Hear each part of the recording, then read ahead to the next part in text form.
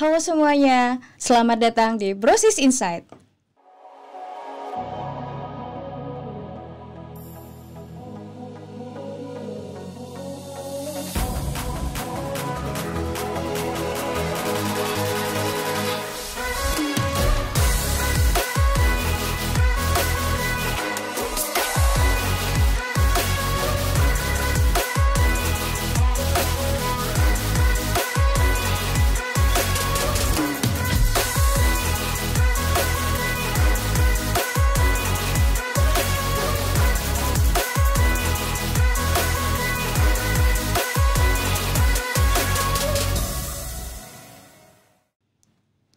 Sekilas memperkenalkan Brosis Insight, varian baru dari Brosis atau obrolan beasiswa dengan konsep podcast dalam ruang santai tempat kita berbagi cerita, pengalaman, inspirasi dari para penerima beasiswa yang karyanya memberi dampak nyata bagi Indonesia. Perkenalkan saya Marini yang akan memandu acara Brosis Insight hari ini menemani teman-teman Brosis semua. Hari ini kita kedatangan tamu yang tesisnya itu relate banget dengan kehidupan kita sehari-hari, Mas Aristito Febrianto atau yang akrab disapa dengan Mas Tito. Beliau adalah doktor dari Adam Smith Business School, University of Glasgow, Skotlandia. Dan Mas Tito ini menyelesaikan fase submission tesisnya pada November 2024 dengan judul yang keren banget nih. Digitally Entwined, Exploring the Socio-Material Interplay in a Public Administration Setting. Nah, tesisnya ini membedah bagaimana manusia dan teknologi saling berkaitan dalam konteks digital transformation di Kementerian Keuangan. Penasaran bagaimana Mas Tito menaklukkan Skotlandia sambil meneliti kehidupan kantor kita? Yuk langsung kita sapa aja, langsung selamat datang Mas Tito. Gimana kabarnya Mas hari ini? Alhamdulillah baik Mbak Ririn. Ini berat banget tadi introduction-nya ya, berdampak bagi Indonesia. Mudah-mudahan ya karena investment buat PSD itu sangat saya akui sangat tinggi gitu ya. Jadi mudah-mudahan sih bisa berdampak. Oke, boleh. Mungkin perkenalan singkat dulu. Oh ya, nama saya Mas Aristito Febrianto, bisa dipanggil Tito. Dulu penempatan awal di BPK, lalu sempat ke Setjen juga, lalu balik lagi ke BPK nih habis selesai tugas belajar.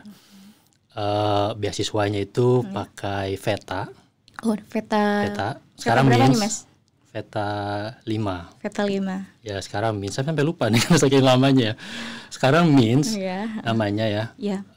Jadi sebenarnya dari sini juga nih beasiswanya nih. Kementerian Keuangan. Iya, Kementerian Keuangan. PSD-nya di University of Glasgow tadi disebutkan ya.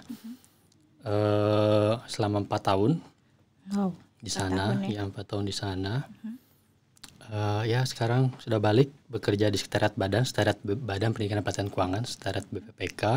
Di bagian apa Mas? Di bagian organisasi dan kepatuhan internal. Siap, mantap. Oke, kita lanjut mungkin ya Mas Tito. Ya. Banyak yang bilang PhD itu bukan sekedar kelanjutan studi Mas, tapi panggilan jiwa. Boleh diceritain nggak apa sih yang jadi trigger Mas Tito untuk mengambil S3? Terus kenapa harus di Glasgow jauh-jauh? Iya. Nah ini dulu sebenarnya masternya di Edinburgh, University of Edinburgh di Scotland ya. Alasan pengen balik ke sekolah itu sebenarnya receh. Karena saya suka dengan air keran ya, bersih dan enak, dingin itu karena dari pegunungan juga kan, karena di utara nih kalau Scotland ya. Tapi kalau misalnya kenapa mau PhD ya sebenarnya karena memang dari kecil tuh pengen sampai PhD S3 gitu ya, karena dulu kalau ada S4 pengen S4 nih. Iya kalau ada tapi nanti sekolah mulu gitu ya. Nanti sekolah mulu, tapi memang dari kecil tuh pengen lanjut S3 gitu ya, sekolah setinggi-tingginya gitu kalau ada kesempatan, dan ingin melalui beasiswa, karena kalau misalnya pakai biaya sendiri mungkin kayaknya agak kurang mampu ya kalau untuk apalagi orang Indonesia gitu ya. ASN untuk kuliah di luar negeri. Nah kan ada banyak kesempatan ya pengen juga tuh. Tapi faktornya tuh banyak. Kalau boleh jujur sebenarnya salah satu faktornya itu adalah kan waktu itu pandemi kan ya. Iya. Oh ini tahun 2019. 2019 belum ada tapi itunya. 2020 berangkat. 2020 Iya. Pas sama pandemi. Iya, dulu itu kerja di CTO, Central Information Office. Tahun 2019-nya itu. 2018 sampai 2020 sampai sebelum berangkat kuliah. Ya kan pekerjaannya tuh banyak tuh ya, sampai sering lembur gitu kan ya. Kadang ingin berkontribusi, nggak mau bilang jenuh ya, ingin berkontribusi lebih gitu, karena kan di situ kan sebagai think tank tuh, jadi banyak perumusan kebijakan gitu ya, kayak misalnya ABW, WFH, WFO itu sebenarnya juga awalnya dari kita juga gitu ya, walaupun sebenarnya melakukan semuanya kan unit lain gitu ya, unit teknisnya, tapi mewujudkan dan menyampaikan itu kepada pimpinan itu waktu itu perannya CTO gitu kan, jadi melakukan survei segala macam, ngolah data. Nah kayaknya butuh kompetensi lebih nih, apalagi nanti Kementerian Keuangan itu akan transformasi digital, pada saat itu belum akan transformasi digital, lalu juga akan shifting nih role-nya nih, akan lebih banyak ke riset, bukan lebih banyak ke riset, lebih banyak ke kebijakan, karena udah transformasi digital berarti administratif berkurang nih, kan butuh kompetensi seperti itu tuh. Jadi ya sekalian lah daftar gitu. Tadinya tuh jadi mungkin karena pengalaman kerja di kantor, terus Mas Tito ngelihat apa sih yang harus digali dari praktikal yang Mas Tito dapat di kantor. Terus Mas Tito punya ide nih, kayaknya bagus nih diteliti ya, gitu kali ya? Iya, betul. Lanjut ke S3 aja lah, ini lebih bagus kayaknya. Iya, waktu itu polos, berpikir PhD seperti itu cukup. Belum tahu nih tantangannya. Belum tahu PhD itu seperti apa ternyata gitu ya. Oke. Terus proses mencari beasiswa dan supervisor itu sering jadi momoknya Mas Tito. Apa strategi krusial dari Mas Tito mungkin dalam menaklukkan fase ini? Dari persiapan proposal mungkin sampai ke acceptance, susah nggak sih Mas waktu itu? Susah sebenarnya ya. Kalau saya lihat teman-teman gitu itu susah. Teman-teman, berarti dia nggak susah. Saya beruntung. Saya beruntung kayaknya. Karena proposal itu penting gitu kan ya. Harus serius itu disiapkan. Waktu itu saya karena tadi saya bilang kan kerja mulu gitu ya, bikin laporan ini, laporan itu gitu kan, waktunya tertunda tuh, hingga akhirnya saya waktu itu izin, karena waktu itu kita dikasih waktu 6 bulan untuk mempersiapkan untuk dapat LOA ya. LOA di mana pada saat itu hampir nggak masuk akal untuk dapat LOA 6 bulan. Beneran, untuk PhD. Mas, 6 bulan waktu itu. Hingga akhirnya diperpanjang sih akhirnya. Karena 6 bulan itu emang nggak masuk akal buat PhD mendapatkan supervisor dan kampus. Temen ada yang sampai ngirim 50 email berbagai kampus ya, dibalas 1 atau 2. Nah kalau saya waktu itu strateginya itu adalah saya mau balik ke Scotland. Jadi kampus selain Universitas Edinburgh apa ya yang bagus di Scotland gitu kan ya.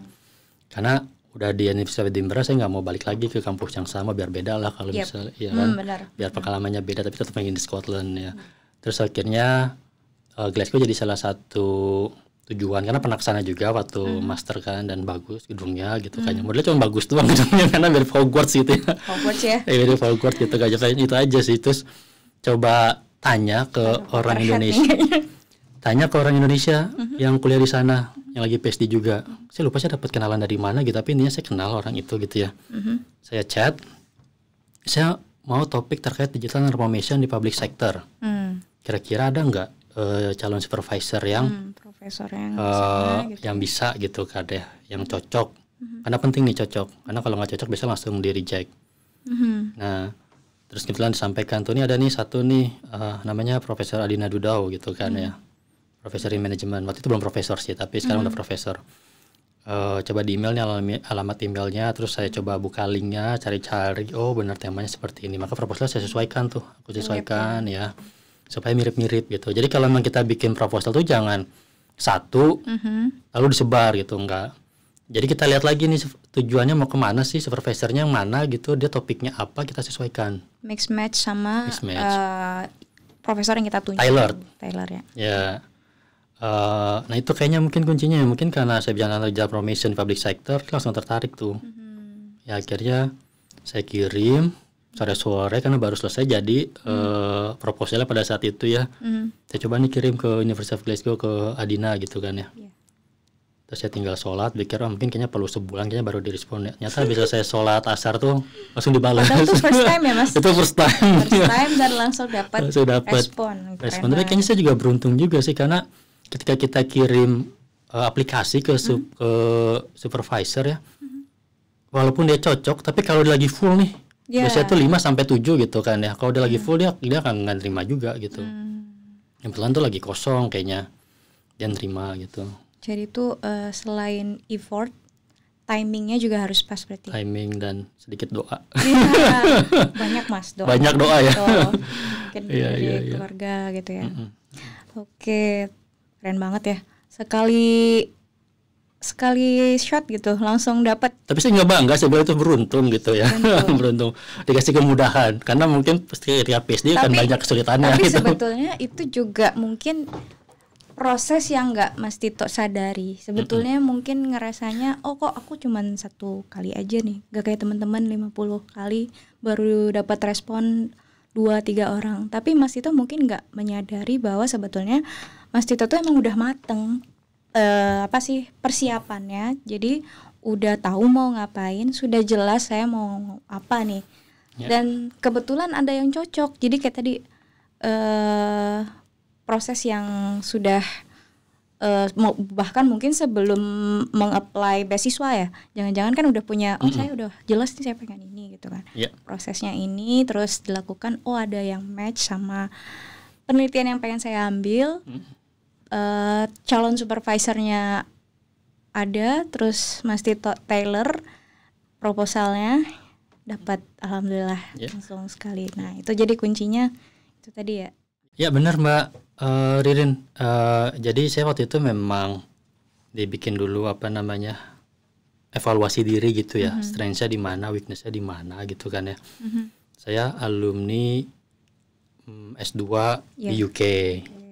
Jadi artinya kan mungkin kalau nyari kampus S3 di UK juga mungkin akan lebih mudah nih, karena mereka sudah satu jaringan gitu kan ya. Dan kalau misalnya kita ngasih proposal, ini alumni University of Edinburgh, tahu lah profesornya gitu kan ya. Terus juga modal saya waktu itu apa sih gitu, IELTS udah di atas 7 gitu kan ya. Lalu juga disertasi, alhamdulillah waktu itu S2 itu ada disertasi, dan ternyata itu sangat penting untuk lanjut ke S3. Karena kalau misalnya ada disertasi, kalau bisa tuh ada publikasi. Tujuannya apa? Tujuannya itu supaya supervisor tuh tahu bahwa kita bisa nulis. Ya, buktinya apa sih gitu kan ya. Kalau misalnya Mbak ini ada ini nggak ada kalau disertasi? Kalau aku kemarin nggak pakai disertasi, capstone project, tapi paper banyak kebetulan. Jadi kayak nulis udah banyak contohnya. Iya. Ada yang publikasi nggak? Kalau publis belum sih Mas, cuman memang publis di dalam internal Cornell. Ya, nah mungkin karena waktu itu saya sudah ada disertasi, dan kebetulan waktu itu A ya, alhamdulillah. Jadi baca persyaratan di universitas, memang salah satunya itu memang kalau disertasi itu A gitu. Itu akan lebih mudah untuk mendapatkan spot di S3 di UK. Nah itu karena modalnya udah tahu, jadi tahu listnya mana aja, 100 besar di UK mana aja gitu kan ya. Persyaratannya ini nih berarti bisa M yang mana gitu kan ya, daftar yang mana gitu. Waktu itu tahu diri sih nggak daftar kayak Harvard atau gitu. Jadi saya coba dulu untuk University of Glasgow. Ya alhamdulillah keterima. Jadi alhamdulillah lancar sekali.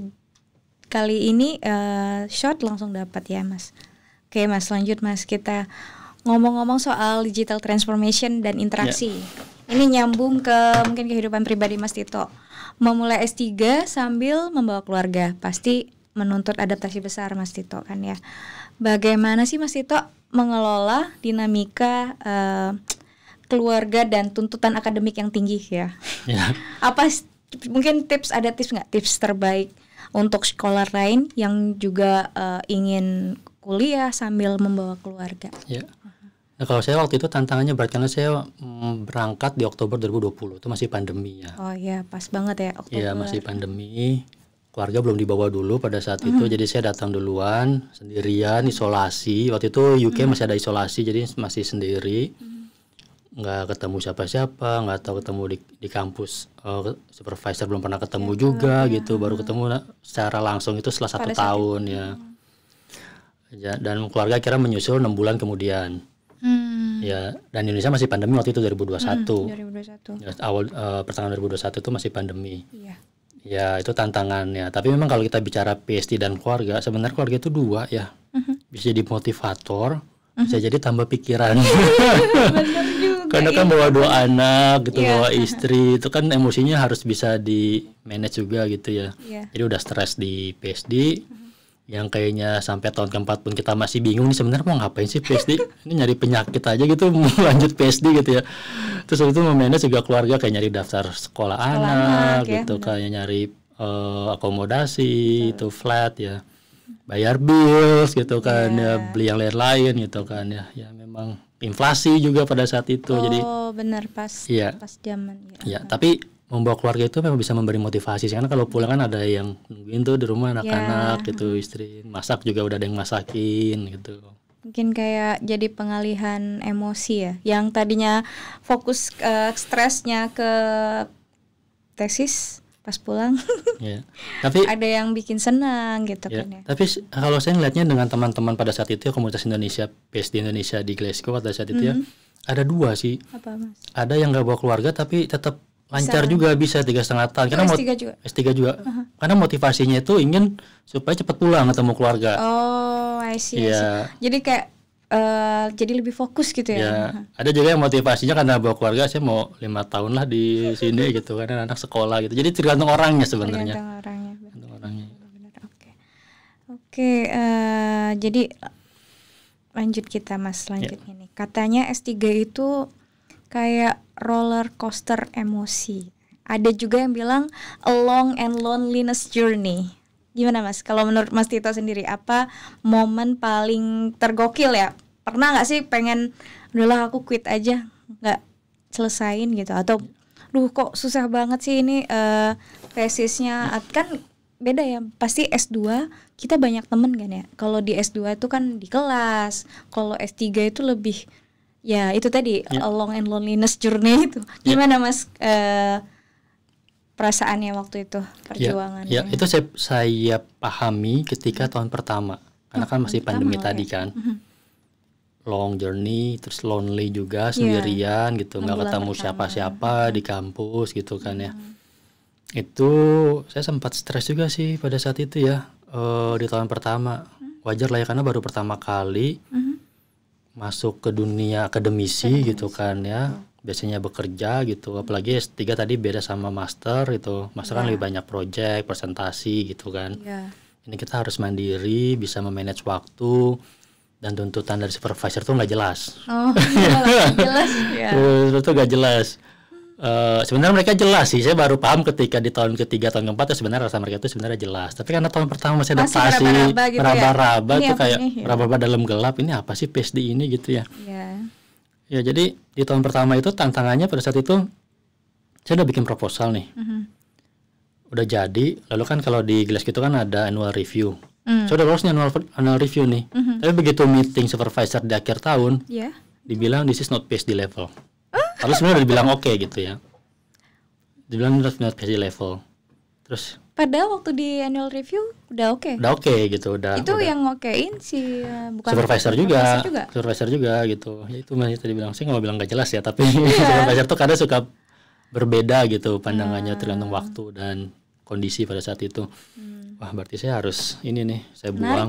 Ya, jadi saya buang ke tempat sampah itu proposal saya, nggak dipakai sama sekali, karena saya ganti judul, ganti teori yang digunakan. Itu tantangannya kalau PSD ya di tahun pertama. Tahun pertama malah. Ya, untungnya di tahun pertama ya. Soalnya saya tahu ada di tahun ketiga juga bisa sangat memungkinkan untuk ganti, tahun keempat juga bisa jadi sangat mungkin untuk ganti gitu ya. Nah, ini untungnya di tahun pertama. Pada saat itu sih saya menjadikan itu tuh bukan apa, kan dibilang bukan this is not PSD level gitu kan. Artinya kan tuh kayak wah ini kayak insult juga nih sebenarnya. Iya, insult ya. Iya, tapi saya waktu itu bukannya down ya, saya justru malah agak kesel sih sebenarnya. Ini supervisor udah jarang ketemu, terus tiba-tiba bilang kayak gitu. Tapi jadi malah semangat saya untuk serius gitu. Bukannya artinya nggak serius sebelumnya, tapi jadi makin serius nih. Saya coba lihat profesor saya nulis apa aja sih gitu kan ya. Maunya apa sih, saya cari tuh profesor saya nulis apa aja. Oh, ternyata bagus tulisannya.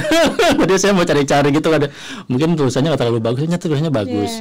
Akhirnya saya malah dapat ide dari baca tulisan supervisor itu. Oh, yaudah saya mau coba ambil temanya ini, social materiality. Mungkin nanti kita diskusikan social materiality. Terus saya propose di-okein gitu. Tapi artinya ya saya mulai dari nol lagi tuh di akhir tahun pertama ya. Itu tantangannya. Menarik banget. kerasa perjuangannya sampai sini sekarang. Oke, kita mungkin masuk ke inti riset ya, Mas Tito. Tesis Mas Tito tuh digitally entwined. Ini membahas transformasi digital di kementerian yang jadi contoh utama reformasi birokrasi di Indonesia. Apa yang melatar belakangi atau memotivasi Mas Tito nih untuk memilih topik riset ini?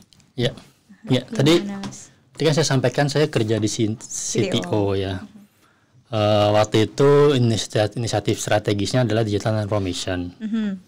Ya, jadi wah ini kayaknya menarik nih digital transformation ya. Saya coba waktu itu bikin proposal yang dimasukin tempat sampah ya Mbak. Itu bikin proposal tentang maturity of digital transformation di public sector Indonesia. Jadi mengukur maturity. Ternyata PhD itu kan lebih ke teori. Jadi kalau misalnya dipakai buat master itu oke. Mengukur maturity.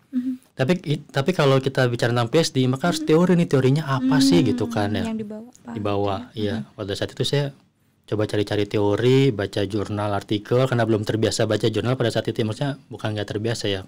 Kualitasnya kan beda ya antara master sama PhD. Pusing juga sih sebenarnya, mana belum ada ChatGPT pada saat itu kan. Iya. Pusing juga untuk nih apa sih Mas masuk teorinya. Overwhelm gitu ya. Banyak banget yang harus dibaca. Ya, karena kita bicara tentang ontologi, ya, paham nggak? Saya juga nggak paham kalau ditanya sekarang, nggak, tapi aja dulu, cara melihat dunia gitu kan, cara melihat dunia. Nah kalau PhD itu cara melihat dunia tuh, agak filosofis. Itu makanya kalau ngomong ke PhD kadang suka nggak nyambung ya, karena bukan praktikal ya. Ya, tapi pengalaman saya pada saat itu menjadi modal sebenarnya karena saya tahu apa yang dibutuhkan oleh Kementerian Keuangan pada saat itu gitu. Dan ternyata untuk penelitian PhD kan 4 tahun nih. Itu kan melakukan itu terus ya. Sesuatu yang memang harusnya kita sukai gitu. Jangan sampai kita melakukan penelitian yang tidak kita sukai. Ya karena saya suka dan ada dampaknya buat Kementerian Keuangan, harapannya pada saat itu ya. Saya lanjut gitu. Dan supervisor senang. Kenapa? Karena kalau saya udah mau meneliti Kementerian Keuangan artinya saya udah punya akses. Iya. Ya, nah ini akses ini kan penting nih. Kadang di tahun ketiga belum punya akses, data nggak bisa kekumpul. Jadi modal utamanya itu akses. Kenapa ini di proof?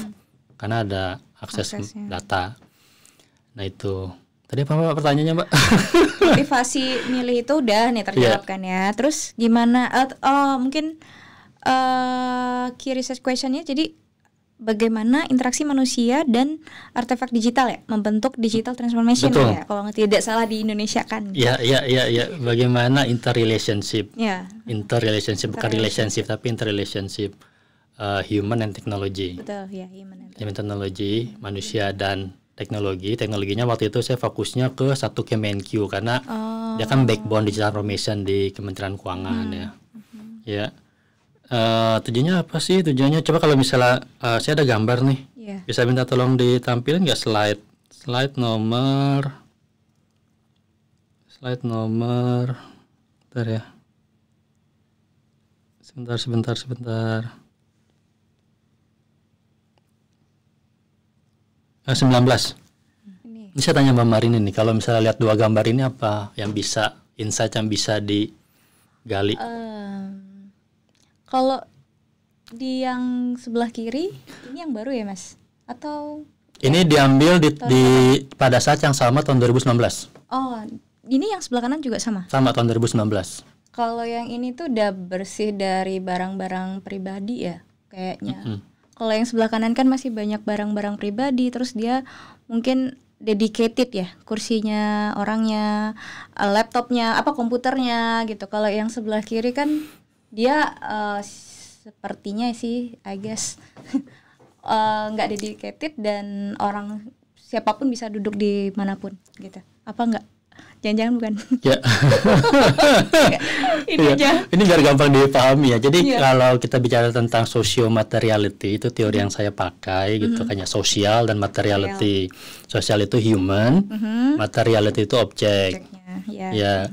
Ya kan materiality-nya kan di sini kan adalah satu Kemenq. Kalau misalnya lihat Mbak Ririn lihat yang sebelah kanan di layar itu tuh satu Kemenq. Ya, betul. Ya. Atau Kemenq. Ini juga yang sebelah kiri ini saya nih waktu kerja waktu itu di foto. Makanya lain saya blur tapi itu muka saya nggak di blur. Ya. Sama-sama pakai satu Kemenq. Tetapi hasilnya berbeda. Kenapa Mbak Rini? Material ya di objek. Karena yang membuat dia beda maksudnya. Iya. Apa dampaknya bisa beda gitu. Ini kan kita bicara tentang dampak teknologi ke organisasi nih. Sama-sama menerapkan satu Kemenq. Tapi outputnya kok bisa beda gitu. Dampaknya bisa beda. Bisa jadi karena tadi ya kalau yang ini kan menggunakan komputer ya. Komputer itu kan lebih apa sih? Gak bergerak. Dia di sana aja statis. Gitu. Statis. Pakainya mungkin desktop sama ininya di situ kan. Kalau yang ini kan kita mungkin bisa pakai iCloud Drive atau apa gitu ya. Kalau dari laptop tuh bisa buka dari mana aja gitu. Ya sebenarnya seperti itu. Jadi kalau kita bicara tentang dampak teknologi, kita nggak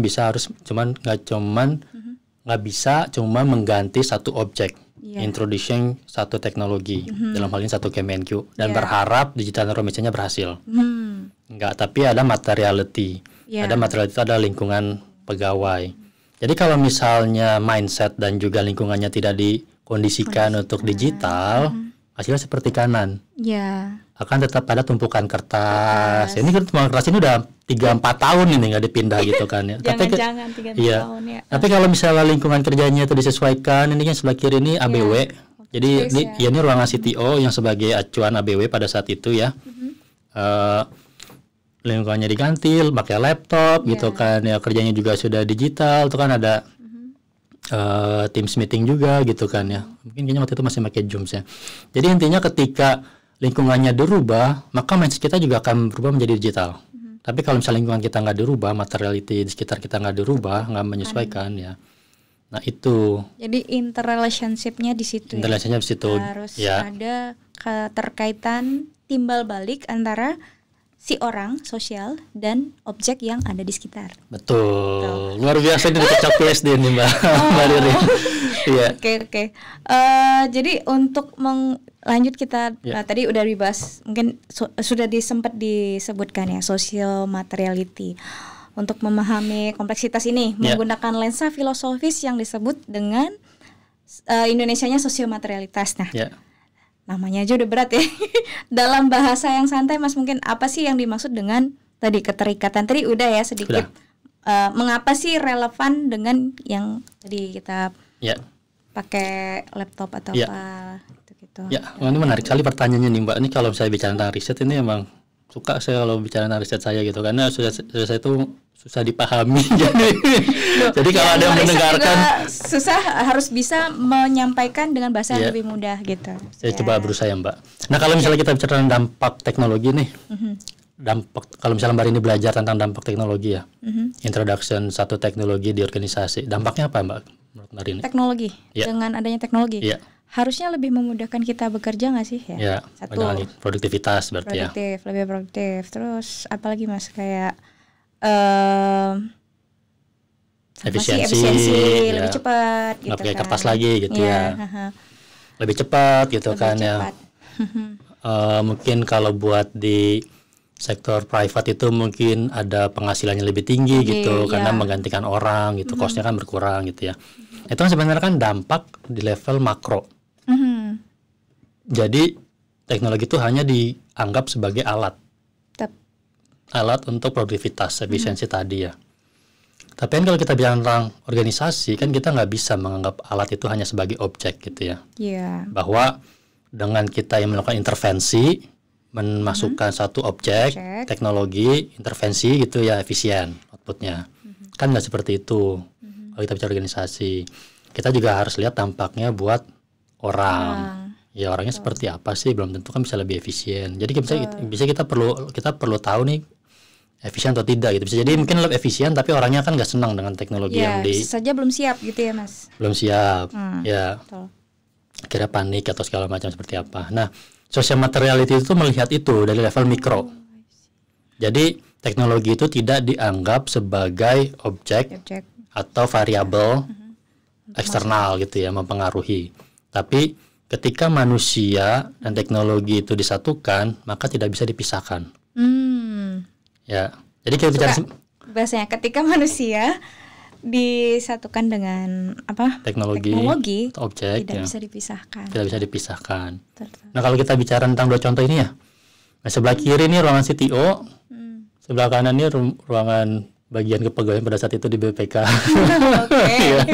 Ini sebenarnya mantan meja saya juga gitu, saya foto pada saat itu. Kita bicara CTO yang sudah menerapkan teknologi, kita nggak bisa memisahkan CTO dengan ruangan ABW-nya, dengan budayanya yang sudah digital pada saat itu. Atau orang-orang Kementerian Keuangan saat ini sudah digital, nggak bisa dipisahkan. Kalau misalnya laptopnya Mbak Ririn dicabut dari Mbak Ririn, maka Mbak Ririn nggak bisa kerja, bukan utuh.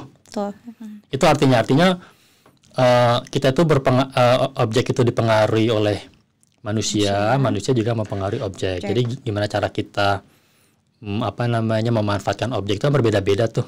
Tapi itu sesuatu yang tidak bisa dipisahkan. Karena kalau misalnya kita bicara tentang pegawai Kementerian Keuangan yang sudah digital, kalau satu Kemenq nih ditarik ya, nggak ada nih. Nggak ada. Let's say nggak ada. Ya kita nggak ada. Ya kita jadi apa? Pernah dong kan? Pas lagi rusak ya. Kita jadi apa? Jadi pegawai Kemenq bukan? Jadi dia bingung gitu ya. Bingung ya. Kita udah bukan lagi sebagai pegawai Kemenq yang saat ini gitu. Tapi kita adalah pegawai lain, entah pegawai apa yang masih tradisional. Ada nggak? Mungkin ada, Mas. Masih ada ya. Jadi kita jadi pegawai itulah gitu kan ya, yang tidak lagi menggunakan digital objek digital. Nah itu. Oke. Apalagi tadi Mbak? Lanjut, kita udah terjawab yang tadi Mas. Jadi kan tadi socio-materiality ini melihat dari sisi mikronya, bukan dari level makro. Nah, untuk mengupas interaksi mikro yang rumit ya, Mas, metodologi apa yang Mas Tito gunain nih waktu melakukan riset? Terus jelasin mungkin Mas, gimana prosesnya, metode pengambilan datanya mungkin. Ya. Nah, tadi kan karena mikro nih, berarti kan kita harus melihat interaksi antara orang sama dia, bagaimana dia menggunakan teknologi atau lingkungannya dia mempengaruhi orang tersebut. Mungkin nggak itu dilakukan dengan survei? Mungkin. Persepsi. Mungkin salah satunya. Mungkin ya. Ya. Nah, tapi pasti ada metode lain. Ya.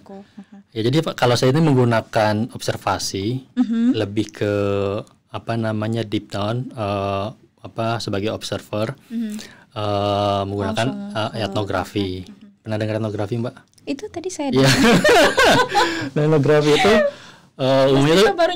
umumnya itu dipakai di social research gitu ya. Yang jadi dia dari etnos kan. Ya, jadi dia kalau misalnya dia mau menguji mau meneliti, kalau dia mau meneliti pengemis di New York gitu misalnya. Banyak pengemis kan di New York, banyak. Ya banyak. New York City ya Mas? New York City ya. Bukan. Nah, itu cara yang paling efektif ya menjadi pengemis. Oh, I see. Biar tahu. Jadi kita langsung terjun langsung gitu ya? Terjun langsung menjadi pengemis. Ya. Melihat, mengobserv sebagai, kalau Mas Tito sebagai pegawai di tengah-tengah. Ya. Ya. Jadi ketika misalnya orang tersebut menjadi pengemis, dibandingkan sama orang yang melihat dari luar nih. Mana yang lebih dalam? Point of view-nya pasti beda ya. Point of view-nya beda. Kita yang pihak ketiga dengan yang kita yang benar-benar langsung gitu. Lalu apakah salah kalau misalnya diobservasi dari luar? Enggak. Karena tergantung research question-nya. Nah, karena research question saya itu lebih mikro dan interaction, tadi interrelationship ya. Nggak cuma relationship tapi interrelationship, maka harus diobserve kan. Saya harus menjadi researchers yang langsung wawancara, lalu ada observasi, dan kebetulan karena saya sudah sebagai pegawai Kementerian Keuangan, jadi ya sekalian aja gitu, etnografi gitu, nggak cuma study case. Nah, jadi saya tuh sekitar 6 bulan.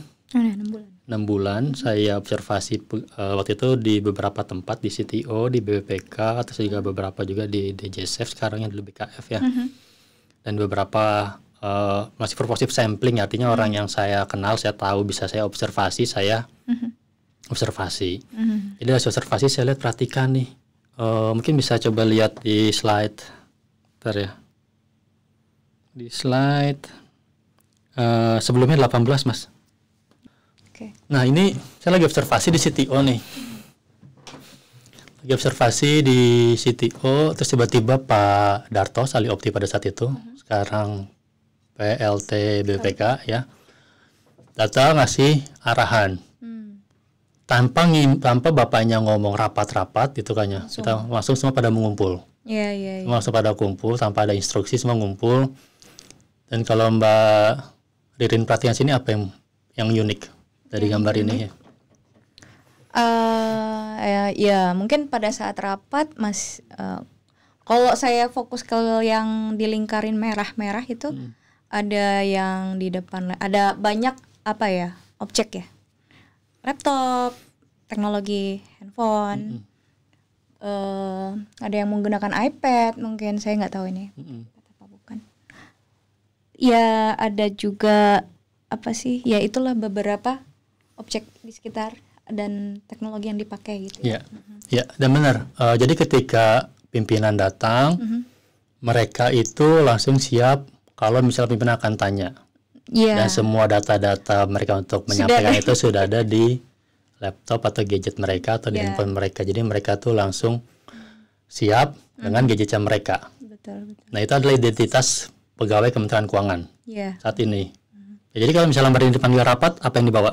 Laptop sih. Laptop kan pasti dibawa. Laptop nggak bisa dipisahkan kan dari Mbak ini kalau kita bicara tentang pekerjaan. Nah itu, ini kan nggak mungkin bisa insight ini kan nggak mungkin bisa didapat kalau saya menggunakan wawancara. Karena kan saya kan nggak melihat. Hanya persepsi mereka gimana manfaat dampak dari teknologi satu Kemenkyu atau laptop bagi mereka bekerja ini kan enggak. Nah ini salah satu keuntungan dari etnografi. Observasi, lalu saya bisa langsung tanya nih, kenapa sih Bapak, jadi ini mereka juga narasumber saya, kenapa sih Bapak ketika lagi rapat tiba-tiba bawa laptop, gitu aja bisa langsung tahu kan digali. Itu lebih mempermudah mendapatkan insight. Nah ada satu yang menggunakan masih buku tuh yang di kuning tuh, masih tradisional, itu juga saya tanya lah masih tradisional gitu kan, nyatanya tergantung kenyamanan mereka gitu. Tapi dari observasi ini saya dapat sesuatu nih, orang-orang yang menggunakan laptop karena datanya itu mereka lebih terstruktur, mungkin mereka lihat Excel, lihat PowerPoint gitu kan ya. Itu cara penyampaian mereka itu lebih terstruktur dan lebih istilahnya itu meyakinkan. Karena based on data gitu. Karena based on data dibanding yang menggunakan buku, karena buku kan harus cari-cari dulu gitu kan ya, dan belum tentu mereka dia mencatat data-data di buku tersebut kan. Ya. Saya boleh nanya nggak, Dimas? Itu ada satu orang yang kayaknya nggak bawa laptop, nggak bawa apapun gitu ya? Oh dia karena ini juga salah satu insight-nya. Jadi ini sebenarnya hybrid. Rapatnya hybrid. Jadi dia tuh laptop yang depan itu sebenarnya dia yang manage. Oke. Ya, ya untuk memastikan bahwa orang-orang Siti yang WFH atau mungkin lagi di jalan, di mobil, di mana gitu, ikut juga mendengarkan memantau. Nah itu juga identitas Kementerian Keuangan sekarang nih. Pernah nggak Mbak Ririn rapat di dalam mobil? Dalam mobil ya.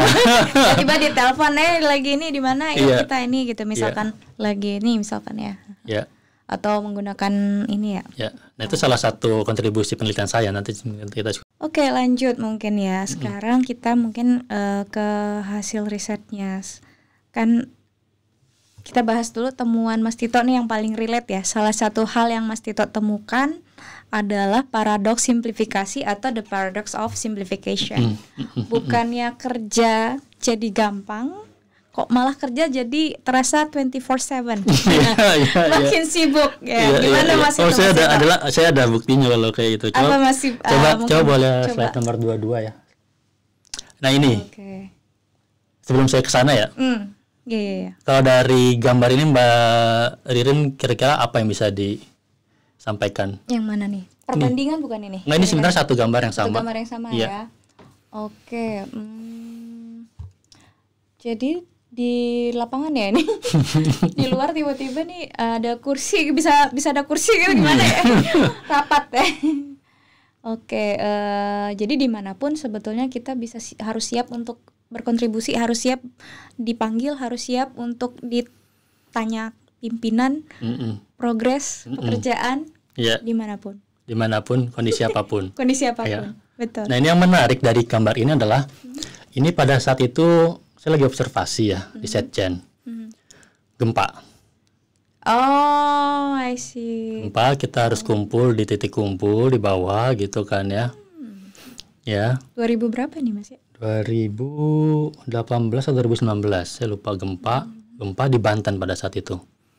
2018. Ya, antara 2018 atau 2019 saya lupa, datanya ada. Gempa di Banten dan sekitar 1000 orang tuh meninggal. Bayangkan pada saat krisis, Tetap harus. ini Bu Menteri Keuangan, by the way ya, lagi kumpul, lagi evakuasi, tiba-tiba saya nggak tahu ada instruksi atau tidak, tapi security langsung mengumpulkan kursi. Dan rapat yang tertunda karena lanjut. Ya, karena gempa lanjut. Tetap lanjut. Karena apa? Karena apa tadi? Karena teknologi memungkinkan itu terjadi. Tetap jalan gitu. Tetap jalan. Iya. Jadi nggak ada laptop pun ya, ada HP, ada iPad gitu di depan kita, tetap bisa ngelihat data. Rapat tetap bisa lanjut. Dimanapun kondisi apapun, walaupun ada bencana, semua bisa lanjut dengan adanya teknologi ya. 24/7 makin sibuk gimana? Iya, 24/7 makin sibuk apapun kondisinya gitu, nggak ada waktu break gitu. Mungkin saya jadi ingat ini sih Mas, waktu kita pandemi pelatihan kan semuanya pindah ke online gitu ya. Sama persis mungkin ya, ke online dan semuanya jadi yang biasanya pelatihan offline itu kan mungkin dari jam 8 sampai jam 5 selesai gitu ya Mas. Ketika dia online pada saat pandemi itu ada yang namanya sesi on off kayak PJJ daring langsung, ada juga yang melalui LMS. Kemudian ada juga yang melalui ya namanya metode kayak diskusi dalam grup yang mengakibatkan itu bisa sampai malam. Jadi ada kelompok dibikin tim dan itu sampai malam. Jadi emang kayak gitu ya. Jadi karena ada teknologi nggak jam 5 selesai. Sampai malam pun bisa gitu. Buat Mbak Ririn ini dampak negatif atau dampak positif? Kalau dari sisi tergantung Mas, kita ngelihat dari sisi kita tetap bisa lanjut belajar, tetap bisa lanjut berdiskusi, itu jadi positif tuh. Karena kita nggak harus ada di satu tempat yang sama. Karena kita bisa dari manapun kita tetap lanjut. Tapi dari sisi negatif mungkin ada hal yang menyita waktu yang harusnya selesai bekerja, kita berhubungan dengan keluarga misalkan, nah itu jadinya negatif ya Mas ya. Itu kalau menurut Mas Tito sendiri gimana? Kalau dari risetnya mungkin ada insight apa? Ini kita berarti masuk ke pertanyaan contribution ya. Jadi tadi kalau misalnya kita melihat secara makro, hal-hal seperti ini kan kita nggak mungkin bisa deteksi dengan baik ya. Dampak-dampak tadi sampai malam gitu, kayaknya burnout gitu, itu kan sulit kalau hanya dari survei, kuesioner, kecuali surveinya itu isinya ratusan pertanyaan gitu, dimana nggak mungkin juga kan kalau survei kan biasanya kan singkat ya. Nah itu salah satu kontribusinya adalah bisa mengetahui dampak unintended consequences, satu yang tidak diinginkan gitu. Kalau misalnya kita bicara tentang digitalisasi, maka dampaknya apa? Dampaknya itu produktivitas tetap bisa berjalan dimanapun tadi kan ya. Tapi kan dampaknya itu kan positif atau negatif, kita kan tergantung orangnya, tergantung waktunya, tergantung kondisinya gitu. Kita nggak bisa bilang. Beda orang beda ini juga. Beda orang beda ini juga. Pimpinan mungkin menganggap kerja seperti ini efektif efisien, buat pegawai mungkin nggak gitu. Misalnya contohnya ya. Nah itu salah satu yang bisa menjadi kontribusi dari penelitian saya bahwa dampak teknologi itu nggak bisa dianggap cuman satu efisiensi gitu kan ya. Nggak bisa dibilang bahwa ini bermanfaat bagi pimpinan, bermanfaat bagi pegawai, atau berdampak buruk bagi pimpinan, berdampak buruk bagi pegawai. Nggak bisa. Ternyata orang yang sama dampaknya bisa berbeda tergantung waktu, kondisi, kayak misalnya dia jagain anak atau misalnya keluarganya sakit gitu. Bisa jadi yang satunya tadinya positif, besoknya jadi negatif. Itu salah satu kontribusinya, bisa melihat lebih dalam melalui tadi etnografi dan juga cara pandang melihat bahwa teknologi sama manusia itu tidak bisa dipisahkan. Oke, sebenarnya banyak pasti ya kontribusinya. Kita balik dulu, mundur bentar dikit Mas. Jadi di tengah sistem formal tadi kan Mas Tito sebut ada Microsoft, ada MS Teams, ada Office Automation yang lain ya. Di penelitian Mas Tito itu disebutkan ditemukan ada shadow IT, yaitu WhatsApp yang justru lebih dominan. Kenapa para birokrat yang harusnya formal lebih memilih WhatsApp untuk komunikasi kantor? Menurut Mas Tito itu aman nggak sih privasi lebih?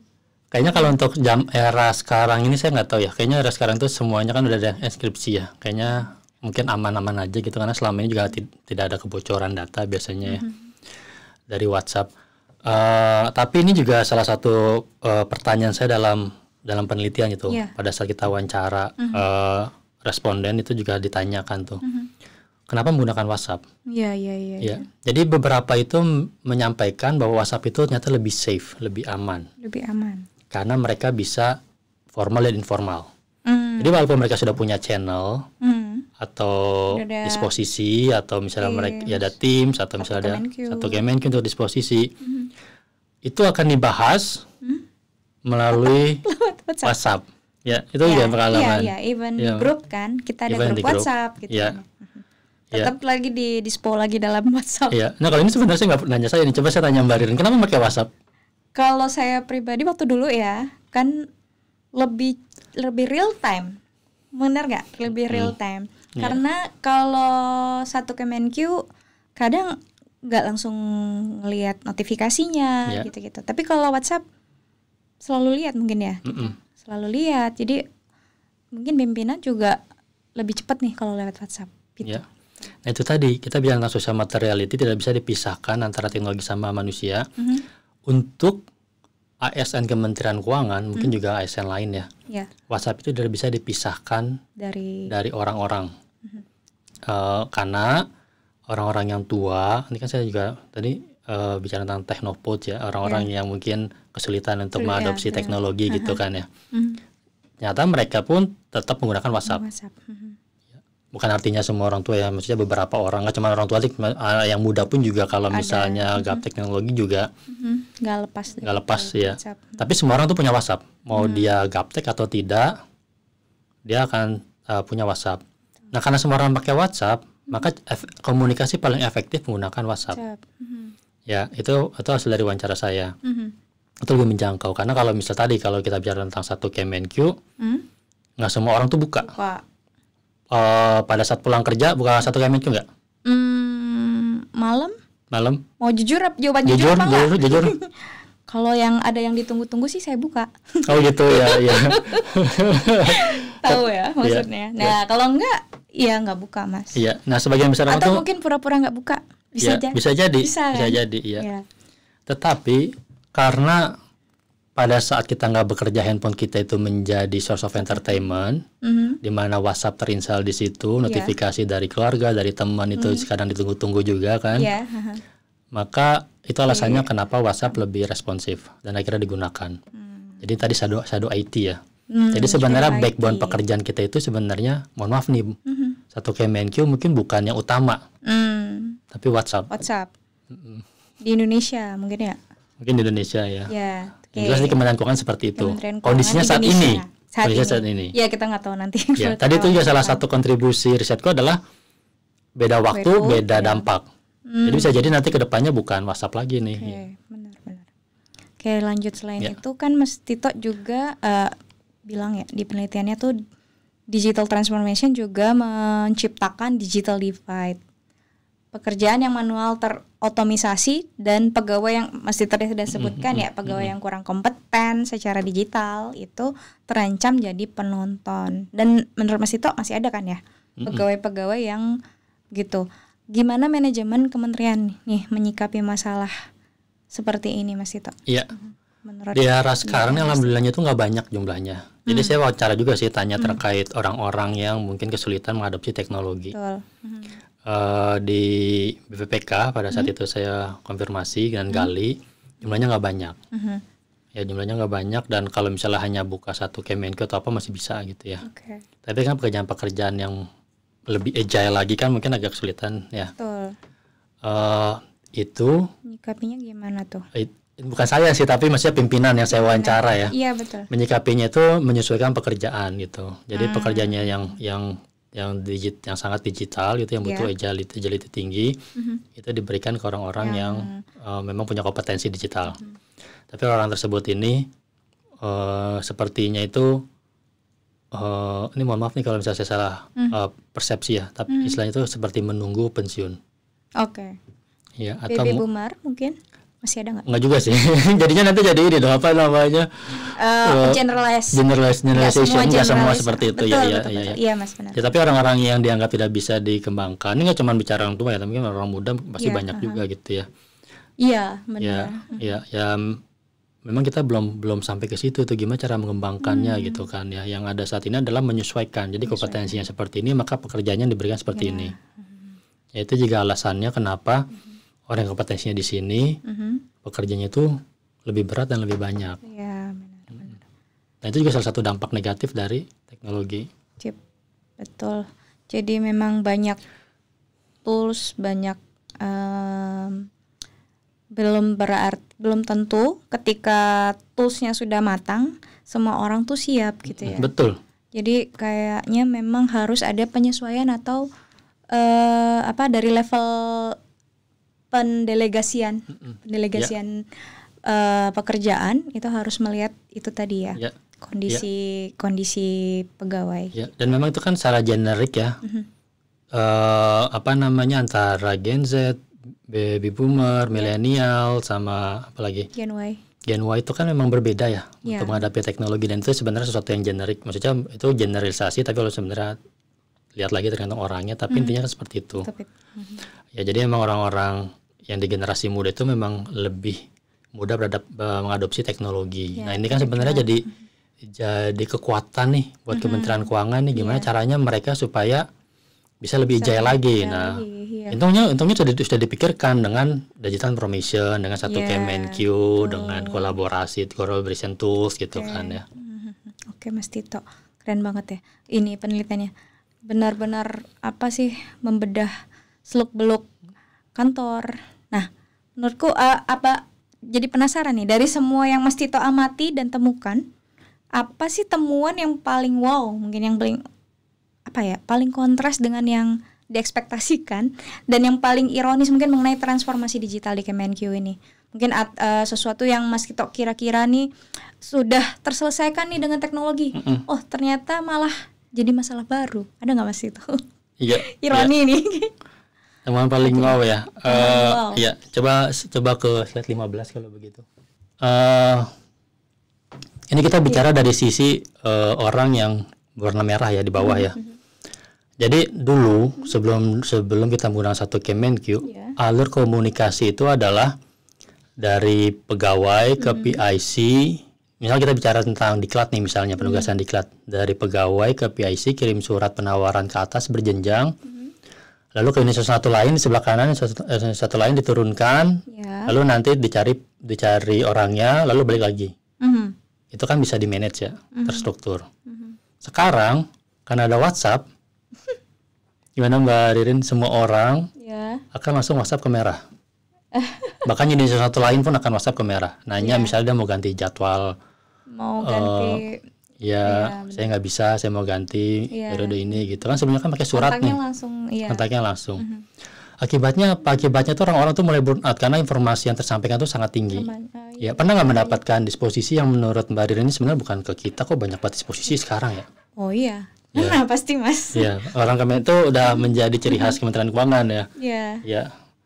Nah, itu jadi dengan teknologi itu ternyata informasi yang turun ke tiap pegawai itu semakin banyak, jadi information overload. Ya, jadi semua orang itu harus tahu pekerjaan orang lain, atau misalnya medianya juga sekarang tidak hanya formal tapi juga informal gitu. Nah, ini orang tersebutnya yang merah ini bilang, if I do not limit my interaction, kalau saya nggak limit interaksi saya dengan orang luar, maka waktu jam kerja saya ini akan saya habiskan untuk membalas WhatsApp atau notifikasi. Ini quote dari seseorang Mas Tito wawancara. Tapi itu benar banget. Ya. Benar banget. Gimana kalau ngelirin? Iya benar banget Mas, apalagi dulu pernah di diklat ya, pelatihan gitu. Ini literally sama bener. Kalau nggak ngelimit interaksi lewat WhatsApp, itu habis waktunya untuk ngebalesin WhatsApp aja. Betul. Jadi kayak kita nggak sadar, tahu-tahu udah siang, tahu-tahu loh udah sore gitu. Karena kita banyakan itu ngerespon yang ini minta ini, yang ini minta itu gitu. Ya, ini juga. Tapi akhirnya nggak fokus untuk menghasilkan sebuah output yang bisa di hari itu gitu ya. Iya. Nah, benar, ini dampaknya apa, Mbak? Jadi kita nggak cuma bicara WhatsApp ya, tapi kita juga bicara tentang rapat. Ya. Rapat terus gitu kan ya, seharian itu mungkin seharian bisa 4-5 kali rapat gitu ya. Dampaknya apa? Dampaknya kapan waktu untuk kita mengerjakan yang menjadi tusi kita atau output kita. Beberapa orang itu akhirnya menggunakan waktu di malam hari. Iya. Di mana itu juga berdampak terhadap hubungan dia dengan keluarga. Pasangan. Betul. Ya. Jadi dampak teknologi itu nggak cuma kita bicara dampaknya bagi organisasi, tapi juga bagi ke orang dan lingkungan sekitar orang tersebut. Bisa jadi hubungan dia dengan keluarganya itu nggak baik, hanya karena teknologi, pekerjaan yang tidak bisa karena nggak bisa putus gitu ya. Bisa diputus. Pekerjaan itu tidak bisa apa ya? Karena ada gadget dan semuanya sudah mudah di teknologi kan membuat kita mudah gitu ya, mudah untuk melakukan apapun, tapi malah justru efeknya malah ke relation mungkin. Betul. Nah sebagai contoh nih, saya nggak bilang saya sering ya, tapi saya pernah rapat malam-malam gitu kan ya, terus anak saya yang paling kecil tuh nyamperin, bilang mau main, tapi saya lagi rapat, datang lagi, terus bilang mau main, tapi saya masih rapat. Begitu rapat selesai, saya mau sampai anak saya nyata udah tidur. Ya itu kan kayak agak sedih juga gitu ya. Sedih. Nah itu pengaruh-pengaruh seperti itu untuk teknologi. Kalau saya juga punya pengalaman nih Mas. Kalau ini soal malam ya. Jadi tadi kan saya pernah jadi di diklat di PJJ nih online udah pandemi. Malam-malam itu masih ngerekap. Bahkan yang waktu ada diskusi kelompok antar itu tuh kita masih tetap harus standby. Terus anak saya juga bilang, Umi kapan selesai kerjanya gitu, kok nggak selesai.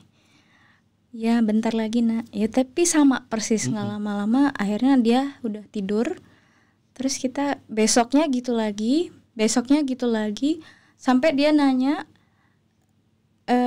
kapan sih ininya nggak di depan laptop gitu. Pengen main sama gitu sama persis. Nanti Sabtu Minggu ternyata harus ngerekap lagi balik lagi ke kerjaan lagi gitu, bentar gitu, sampai akhirnya tuh WhatsApp tadi kan juga sebagai sarana pekerjaan ya, jadi ada grup PJJ itu harus respon gitu kan, sampai saya akhirnya punya 2 HP Mas. Saya udah deh kayaknya kalau sama keluarga nanti yang HP ini nggak dibawa dulu gitu. Kalau pas mau jalan keluar. Emang betul banget sih Mas. Ini kan insight yang sebenarnya harus dipahami gitu ya. Sebenarnya saya rasa sih sebenarnya pegawai Kementerian Keuangan ya, pimpinan dan juga pegawai Kementerian Keuangan itu sebenarnya paham dampaknya. Betul. Tapi karena tuntutan pekerjaan mau nggak mau gitu kan ya harus dilakukan. Jadi tapi tetap ada dampaknya karena ada yang harus dikorbankan, emosional, kondisi emosional, terus juga mungkin waktu dan segala macam yang harus dikorbankan gitu. Hingga akhirnya ada work life integration, bukan cuma work life balance tapi jadinya work life integration ya. Gimana caranya kita pintar-pintar memanage waktu dengan keluarga, dengan pekerjaan. Gak bisa dilepaskan jadi semuanya itu. Oke Mas Tito, tadi kontribusi udah sempat disinggung ya tadi sedikit. Mungkin ada lagi nggak Mas kira-kira tambahan kontribusi lain yang masih ingat gitu, kira-kira secara teoritis baik di manajemen Indonesia maupun mungkin secara akademis gitu. Kira-kira apa Mas? Sorry maaf, Ya, jadi kalau misalnya kontribusi buat ke Kementerian Keuangan gitu atau misalnya ke organisasi lain gitu kan ya, kita bisa mencontoh organisasi lain gitu. Jadi misalkan banyak kementerian lembaga mungkin yang belum menerapkan satu Kemenkeu atau belum fully digital. Ya, digitally transform gitu ya. Dia bisa belajar dari Kementerian Keuangan apa sih efeknya gitu. Efeknya nggak cuma lihat dari efektivitas dalam kita ngirim surat langsung sampai gitu kan, tapi juga lihat dampak lainnya tuh yang mungkin bisa jadi itu menjadi dampak buruk bagi organisasi atau bagi orang-orang yang menggunakan teknologi. Itu bisa menjadi contoh ya. Di Kementerian Keuangan itu juga sebenarnya solusi dari supaya kita bisa work life balance itu sebenarnya apa, menurut Mbak Ririn? Wow, pertanyaan berat. Ya. Apa ya kalau di Kemenkeu? Jujur sih saya nggak ada jawaban yang. Sebenarnya jawabannya itu simple ya. Mas. Memisahkan antara kehidupan profesional sama memisahkan antara kehidupan pribadi, ya private life. Kita sebenarnya tahu. Hanya sesimpel itu ya, misalkan kalau misalnya setelah jam 5 atau setelah jam 6 nggak ada WhatsApp gitu misalnya. Tapi kan itu semua harus sama ya mindsetnya, tapi Betul. Gak semuanya mindsetnya Gak sama. Semua, karena tuntutan pekerjaan tadi dari terutama ketika kita bekerja dengan orang-orang yang berbeda jam waktu. Ya akhirnya bisa kita juga harus bekerja 24 jam ya. Memang nggak bisa sih. Tapi yang sebenarnya kita tahu solusinya apa sih supaya work life balance pegawai itu yang memisahkan antara itu. Cuman mungkin antara kita nggak mau atau kita belum bisa. Karena memang kondisinya tidak memungkinkan untuk itu. Jadi sebenarnya kalau kita bicara kontribusi ya bisa memberikan rekomendasi, tapi rekomendasi tersebut belum tentu cocok untuk diterapkan. Betul. Kalau Mas Tito sendiri nih ya berpikir kalau dari sisi solusi tadi ya. Kan tadi sebenarnya teknologi bukan cuman hasilnya, kan teknologi itu bukan cuman dampak positif tapi dampaknya negatif. Ada nggak Mas Tito, mungkin di penelitiannya Mas Tito ada mengaitkan dengan time management mungkin ya dari si pegawai, karena dari pengamatan pribadi ya Mas ya. Kalau yang saya lihat itu ketika kita tadi selain bisa memisahkan antara kehidupan profesional dan kehidupan pribadi, itu salah satu faktor lain yang mungkin tidak disadari bahwa kita tuh sulit untuk time management, di mana waktu yang memang untuk kita bekerja dengan mana yang waktu untuk kita misalnya kehidupan kita pribadi, entah itu keluarga gitu ya. Dari situ mungkin kalau kita sudah membuat batasan limitation di atas jam 5 mungkin, seandainya nih pekerjaan, pernah nggak sih Mas, ada nggak mungkin di antara interview Mas Tito pernah kenapa ada pekerjaan di atas jam 5 gitu, padahal sebetulnya kalau pekerjaan ini dikerjakan di besok pun, di hari esok pun toh akan tetap selesai. Ada nggak yang sempat digali? Ya tentu ada. Saya juga wawancara dari pimpinan dari bawahan gitu kan ya. Saya bandingkan persepsinya seperti apa. Dari pimpinan kan karena waktu itu di lingkungan CTO dan Setjen ya. Jadi karena Menteri Keuangan itu sering bekerja keliling dimanapun, yang keliling Indonesia atau keliling dunia gitu ya, beda waktu kan. Dan permintaan itu semua permintaan Menteri itu adalah urgent. Maka turun ke bawahnya pun juga kan urgent. Dan di Kementerian Keuangan yang saya amati ya, ketika misalnya ada suatu pekerjaan atau disposisi turun ke satu orang, maka selalu turun ke bawah, hingga akhirnya ke yang pelaksana teknisnya itu yang mempunyai data atau yang pelaksana teknisnya itu akan sampai ke situ. Itu artinya berapa banyak sih orang yang terlibat di situ? Banyak kan ya. Padahal sebenarnya bisa jadi informasinya cuma satu gitu ya. Dan gak cuma satu unit, jadi kan namanya Menteri Keuangan atau misalnya pimpinan kan misalnya kan nyebarnya kemana-mana gitu ya. Akhirnya dari satu jadi banyak, jadi ratusan orang yang ikut terlibat. Akhirnya pekerjaan menjadi banyak untuk 100 orang tersebut gitu ya. Padahal sebenarnya kalau misalnya kita datanya sudah canggih, dashboardnya sudah ada gitu kan, bisa jadi kan hanya berhenti di satu orang ya. Iya. Saya tinggal lihat di dashboard nih, data yang dibutuhkan oleh pimpinan atau dibutuhkan menteri itu ini ada. tinggal tinggal share gitu ya. ya, nggak perlu nanya ke bawah. Nah, tapi saya perhatikan juga pada saat saya amati pada saat observasi dan wawancara, banyak orang, termasuk mungkin saya sendiri ya, ketika misalnya ditanya data, sebenarnya punya datanya nih, akan lebih mudah nanya ke orang. Coba dong Mbak datanya ini atau datanya ini ada nggak gitu kan ya? Karena mungkin kita belum begitu yakin kali ya. Itu. Ini datanya apakah yang terupdate gitu atau ya enggak gitu. Betul Mbak, itu juga salah satu insight-nya dari hasil wawancara observasi ya. Seringkali walaupun kita punya datanya tapi kita nggak yakin nih update atau tidak. Atau kadang kita nggak percaya sama teknologi nih. Ya, ini teknologi maksudnya data yang diupload di sini itu benar nggak sih gitu kan. Padahal sebenarnya benar-benar aja gitu ya. Tapi seringkali kita nanya gitu ke bawah hingga kira semua orang terbebani dengan pekerjaan yang sama gitu. Jadi memang pekerjaan tadi efek dari beda waktu mungkin ya, ada permintaan dari atasan, pimpinan yang urgent, jadi makanya tetap harus overtime limit gitu ya. Kalau kita di atas jam 5 tetap harus dikerjakan gitu kan. Tapi mungkin ada harapan kali ya di luar faktor itu, misalkan dari harapan mungkin dari wawancara gitu.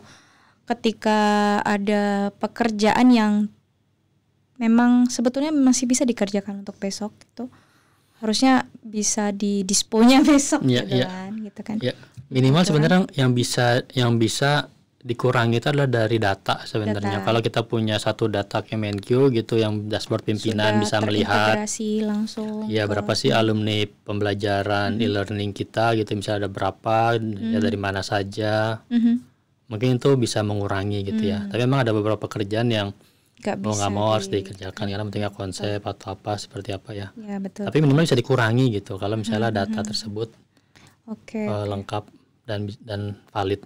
Oke Mas Tito. Nah, di tengah segala ironi digital ya, apa yang kira-kira menurut Mas Tito nih, apa sih membuat para pegawai di Kementerian Keuangan terus berdedikasi Mas, terus bahkan mungkin lebih bekerja keras, extra hours mungkin.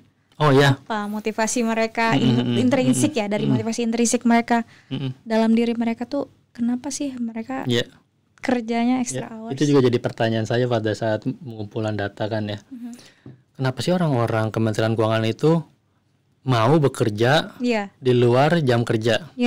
Karena kan saya juga pengalaman bekerja juga pada saat memperhatikan ya orang-orang bekerja di luar itu di UK. Mereka nggak mau. Betul, nggak mau. Di Amerika juga nggak mau Mas. Mereka juga nggak mau kan. Kenapa nih orang Kementerian Keuangan, orang Indonesia pada umumnya tuh mau, atau orang Asia lah mau bekerja ekstra tanpa dibayar itu misalnya. Asia ya, lebih ke culture. Ke culture. Jadi memang culture jawabannya. Culture. Nah kalau misalnya orang Indonesia ditanya lebih dalam ya, ternyata ada religiusitas yang berpengaruh di situ. Jadi saya tanya beberapa orang, kenapa sih mereka bekerja ekstra? Karena bekerja itu adalah ibadah.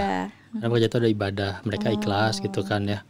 Karena balasannya, atau mungkin karena kita lebih baik memberikan lebih dari yang kita terima daripada kita menerima lebih dari yang kita kerjakan. Itu kali ya. Jadi ada yang bilang, betul sekali. Jadi ada yang bilang dia supaya penghasilannya yang dia terima lebih berkah karena dia bekerja. Ada yang merasa dia ikhlas karena ini salah satu amalan ibadah gitu kan. Ada yang merasa bahwa ya bekerja itu ibadah gitu, semuanya itu akan dapat ganjaran. Tapi juga yang utama sebenarnya culture bahwa pekerjaan orang-orang Asia gitu ya, bisa bekerja ekstra. Nice. Oke, kesimpulannya benar-benar ini banget sih, memang ya inspiratif juga, dan kita jadi tahu nih, ternyata emang bekerja extra hours itu bukan cuman mungkin diri kita sendiri, mungkin dilihat dari lingkungan banyak ya yang seperti itu, dan reasoning di dalamnya ternyata sama culture, karena dia memang merasa bekerja itu sebagai ibadah dan mungkin tuntutan juga ya secara tuntutan juga. Ininya. Oke Mas Tito, pembahasannya memang hari ini benar-benar very insightful, membuka mata banget kita nih hari ini ya. Terima kasih. Ternyata transformasi digital itu bukan cuman mengganti kertas dengan apa ya, kayak Digital. iCloud storage mungkin ya, tapi mengubah cara kita hidup, cara Betul. kita bekerja mungkin ya, bahkan berinteraksi mungkin ya.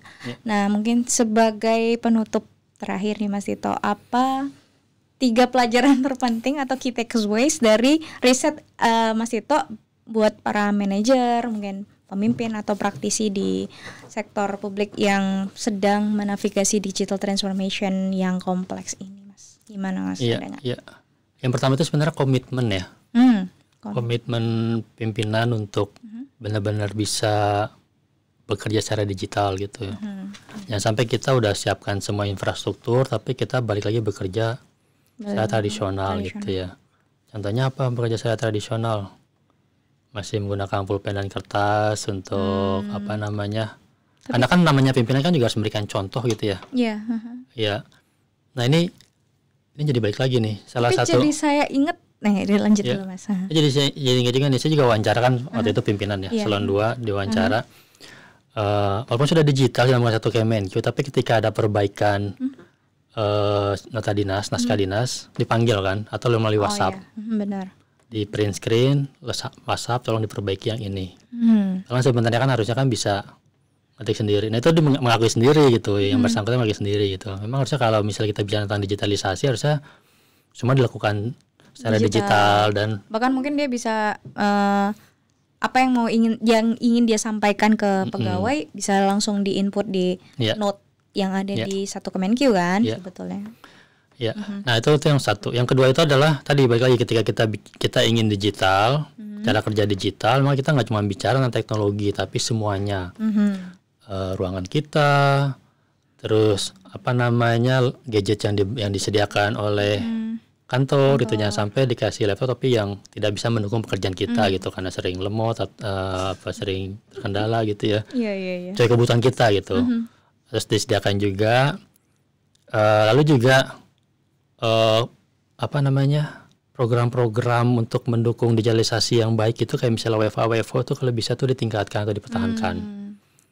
Ya, karena buat generasi muda, kalau kemarin hasil dari survei atau dari observasi, generasi muda itu lebih senang dengan pekerjaan yang tadi apa namanya fleksibel. Ya mereka lebih senang. Ya kalau misalnya dari sisi pimpinan mungkin akan lebih senang kalau lebih banyak interaksi gitu ya, karena lebih bisa meyakinkan orang dan juga lebih jelas dalam penyampaian informasi. Nah itu, gimana caranya menemukannya itu tuh yang mungkin perlu titik temunya itu yang perlu menjadi PR. Fleksibel tapi tetap juga ada interaksinya. Ya. Nah itu titik temunya. Atau dibiarkan seperti itu hingga akhirnya semua orang itu menjadi digital, artinya generasinya berganti gitu. Kita nggak tahu ya. Tapi itu salah satu insight-nya gitu ya. Yang ketiga apa ini? Kenapa harus 3? Yang mungkin selain dari inilah Mas, hasil penelitian mungkin yang kepikiran tapi harusnya untuk nextnya mungkin ya apa sih harusnya di Kemenq yang harus dipikirkan. Tadi kan ada efek, saya fleksibel itu bagus kan, tapi mungkin terlalu fleksibel juga nggak bagus. Nggak bagus, betul. Dan efeknya tadi kan bukan hanya ke peningkatan efisiensi, peningkatan dia lebih efektif, lebih mudah segala hal, tapi juga mungkin lebih ke awareness kali ya, kesadaran bahwa sebetulnya teknologi itu juga bisa berdampak pada relationship orang gitu ya, ke keluarga, ke anak gitu kan. Mungkin ya ternyata mungkin bisa lebih aware kali ya. Harapannya seperti itu ya. Jadi tahu waktu boundaries lah, bisa memberikan boundaries ya, benar, bisa bikin boundaries ya. Kapan waktu bekerja, kapan waktu untuk keluarga. Betul. Iya. Karena itu juga apa namanya? Salah satu responden saya pada saat wawancara sempat ada ngomong kayak gini, ini nggak saya munculin di tesis sih, tapi pimpinan ini sebenarnya punya keluarga nggak sih? Ininya curiosity yang dalam, tapi bukan karena itu curious, tapi ya. kayak pertanyaan yang ya itu karena ya satu kalimat saja sebenarnya kita sebagai orang Kementerian Keuangan tahu maksudnya apa ya. gitu ya. Itu harapannya sih bisa membuat kebijakan yang lebih inklusif ya. Inklusif, benar. Oke Mas Tito, keren banget ini. Saya jadi terinspirasi banget.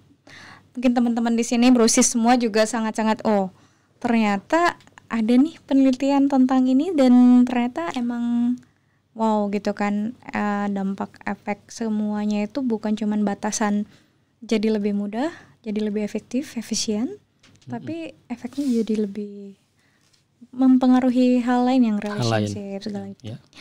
Jadi pesan utamanya itu sebenarnya transformasi digital sesungguhnya itu transformasi budaya dan hati kali ya para pegawainya. Karena di tengah hiruk pikuk aplikasi ini kita menemukan bahwa artefak teknologi itu bukanlah alat pasif tapi alat aktif gitu ya, masih agen aktif yang membentuk praktek dalam kehidupan kita sendiri. Jadi memang kita harus melampaui dari layar, kita harus